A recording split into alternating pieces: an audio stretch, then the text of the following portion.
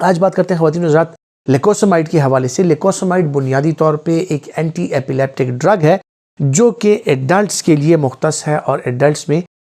इसका इस्तेमाल जो है वो आजकल कराया जा रहा है। और स्पेसिफिकली जो एडल्ट ऑनसेट पार्शियल सीजर्स होते हैं उनमें इसका इस्तेमाल कराया जा सकता है। यानी 17 साल से बड़ी उम्र के लोगों में अगर बदन के किसी हिस्से को झटके लगते हों या सीजर जो है वो कम्प्लीटली यानी टॉनिक क्लॉनिक फिट्स ना हो,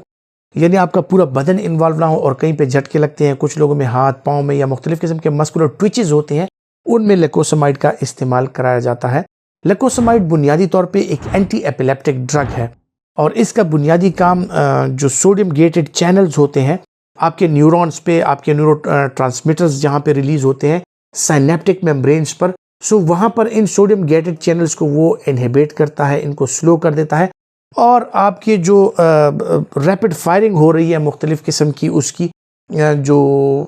इम्पल्सेस होती हैं उसको स्लो कर दिया जाता है। फिट्स का या झटकों का या जो सीजर्स होते हैं उनका जो थ्रेशोल्ड है वो बढ़ जाता है और आपको फिट्स नहीं आते, आपके झटके रुक जाते हैं और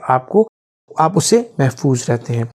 पार्शियल सीजर्स का मतलब ख़वातीन हज़रात ये है कि जो कंप्लीट फिट्स ना हो, जिनमें आपको बेहोशी ना हो, जिनमें आप टंग बाइट ना करें, जिनमें आप गिरे ना, यानी बॉडी का कोई ख़ास हिस्सा कि वहाँ पे आपको जर्की मूवमेंट्स हैं, या ये जो है तो आपको फिट्स के लिए आप कोई दूसरी एंटी एपिलेप्टिक इस्तेमाल कर रहे हैं लेकिन उससे अफाका नहीं पड़ा, तो आपका डॉक्टर इसको as an add on therapy उसमें ऐड कर सकता है। सो ये एपिलेप्टिक मरीजों के लिए लेकोसेमाइड 50 मिलीग्राम और 100 मिलीग्राम की टैबलेट और कैप्सूल फॉर्म में अवेलेबल होती हैं।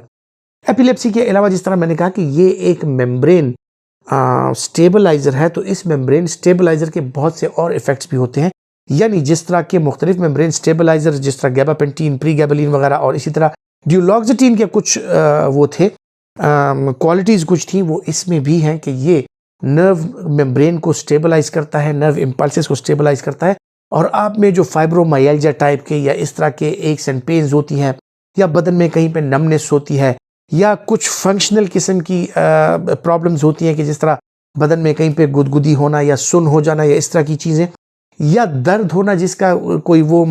बेसिक ना हो, इन्फ्लेमेटरी पेन ना हो वो, या इन्फेक्शन ना हो कहीं पे। और इसके अलावा जो है ख़वातीन हज़रात न्यूरोपैथिक पेन्स और डायबिटिक न्यूरोपैथी में जहाँ पे आपके पाँव या हाथ जो है वो सुन हो जाते हैं, सो मुख्तलिफ किस्म की न्यूरोपैथीज़ और न्यूरोपैथिक पेन्स में भी लेकोसेमाइड का इस्तेमाल कराया जा सकता है। लेकोसेमाइड का इस्तेमाल क्यों इम्पॉर्टेंट है या इसके फ़ायदे क्या हैं कि लेकोसेमाइड को अगर आप कंपेयर करें प्रीगैबलिन और गैबापेंटीन से, सो इसमें जो सेडेशन है वो काफ़ी हद तक कम है। सो आप अगर एक्टिव बंदे को भी लेकोसेमाइड दे रहे हैं तो उसको जो अपनी एक्टिविटीज़ हैं उनको आगे बढ़ाने में कोई प्रॉब्लम नहीं होगी। और जो आपके यंग फिट लोग हैं जो यूनिवर्सिटीज़ जाते हैं, कॉलेजेस जाते हैं और खुदा न खास्ता उनको लेकोसेमाइड की ज़रूरत पड़ती है, सो उनको आप ये इस्तेमाल करा सकते हैं और उनके जो डेली फंक्शनिंग है रूटीन पे उनका कोई असर इंशाल्लाह नहीं पड़ेगा। अब बात करते हैं लेकोसेमाइड के हवाले से कि इसका ड्रग इंटरेक्शन किन दवाइयों के साथ है। ख़वातीन हज़रात जब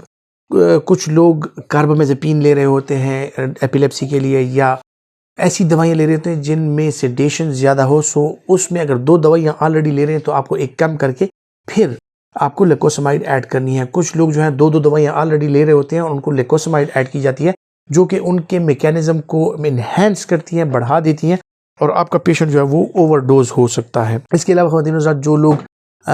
सेंसिटिव है लेकोसेमाइड को, सो वो इसका इस्तेमाल हरगिज़ ना करें, इससे उनको हाइपर सेंसिटिविटी रिएक्शन हो सकता है। इससे जो है तो मुख्तलिफ किस्म के जिस तरह के प्रॉब्लम्स होती हैं, जिस तरह मैंने जिक्र किया कि सेडेशन के अलावा इसके साथ लेथार्जी आपको फील हो सकती है, इसके साथ जो है तो आपको फ्लशिंग हो सकती है और इसके साथ जो है कुछ लोग जो क्रॉनिक लिवर डिजीज़ का शिकार हो उनके लिए ये कॉन्ट्राइंडिकेटेड है, क्रॉनिक किडनी डिजीज़ में ये कॉन्ट्राइंडिकेटेड है। और इस तरह अगर कुछ लोग जो है तो मुख्तलिफ किस्म की दवाइयों का इस्तेमाल कर रहे हैं जिनमें बेंजोडाइजेपिन्स वगैरह हो गए, तो उनके साथ भी इसका इस्तेमाल कॉन्ट्राइंडिकेटेड है। बेंजोडाइजेपिन्स के साथ आप लेकोसेमाइड का इस्तेमाल हरगिज़ नहीं कर सकते। लेकोसेमाइड की जो सेफ्टी प्रोफाइल है वो यंग एडल्ट्स में काफ़ी अच्छा है, लेकिन इसका जो है chronic liver disease, chronic kidney disease, lactating mother और जो प्रेग्नेंट फीमेल्स हैं उनमें